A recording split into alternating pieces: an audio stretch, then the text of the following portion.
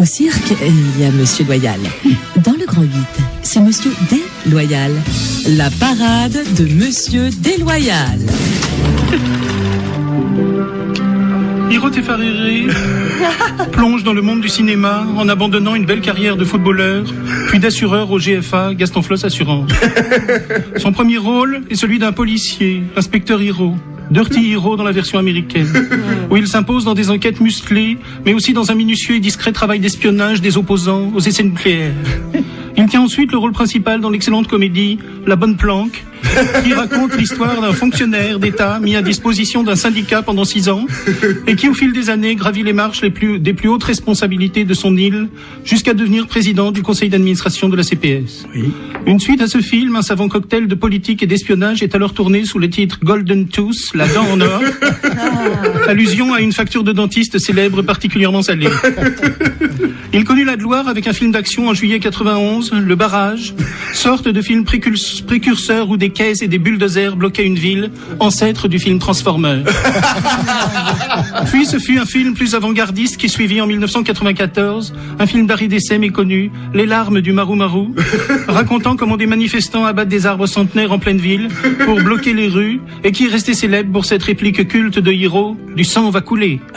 Une interprétation tellement convaincante que Hiro remporte le prix d'interprétation masculine au festival du film social de Nogent-le-Rotrou l'année suivante. La réputation de l'acteur Hiro Te Whariri devient dès lors internationale et 1995 est l'année de la superproduction avec l'inoubliable film d'action, un blockbuster resté dans toutes les mémoires, Fa brûle-t-il, également intitulé dans certains pays comme le Vanuatu et le Timor, sous les titres Y a-t-il un floss dans l'avion? Devant la perfection des effets spéciaux, la légende raconte qu'il y aurait eu de vrais blessés lors du tournage. C'est pour le film suivant, au budget beaucoup plus modeste, un huis clos carcéral, Hiro libre dans sa terre, qu'il obtient un Oscar.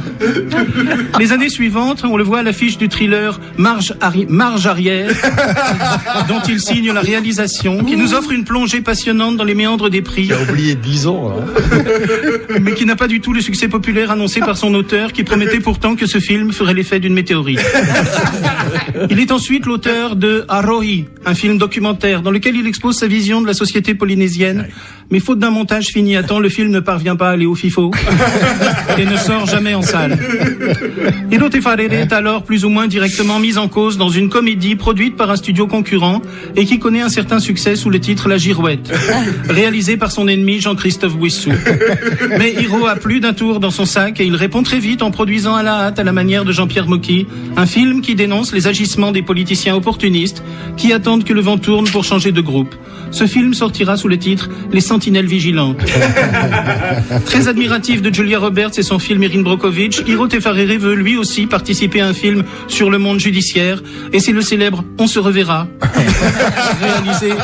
réalisé par Jean-François Redonnet, dans lequel Hiro ajoute une corde à son arc en signant des dialogues percutants. Petit passage à vide ensuite où il étudie les propositions du studio de la General Theatres and Stars, le studio GTS, et l'Universal Pictures Limited Digital, le studio UPLD. Mais on apprend qu'il revient avec un grand projet qui va lui permettre de faire la promotion de la vie dans un atoll, puisqu'il s'apprête à reprendre le rôle de Tom Hanks dans un remake du film Seul au monde. Lolo, la parade de Monsieur Déloyal en l'honneur de notre invité Hiro Te Whariri.